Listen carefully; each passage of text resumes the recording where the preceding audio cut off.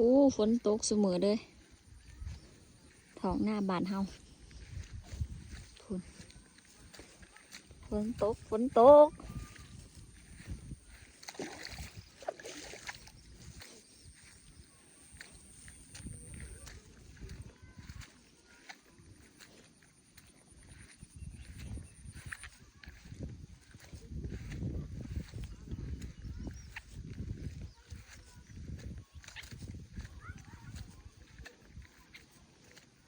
เขางามเป็นงาม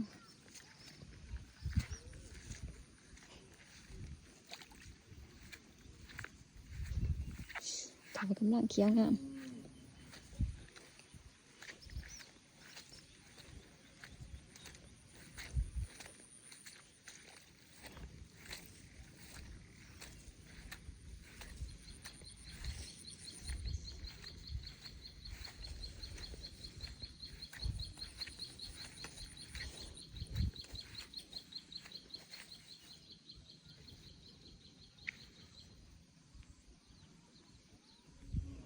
ผู้น้อย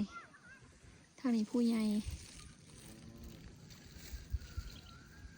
เขา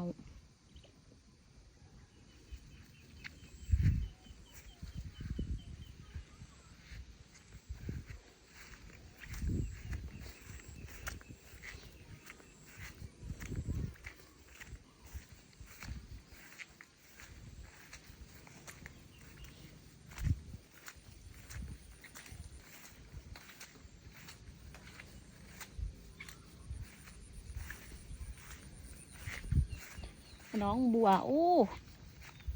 ดอกบัวไม่แต่งามๆผู้ดอกบัวก็มี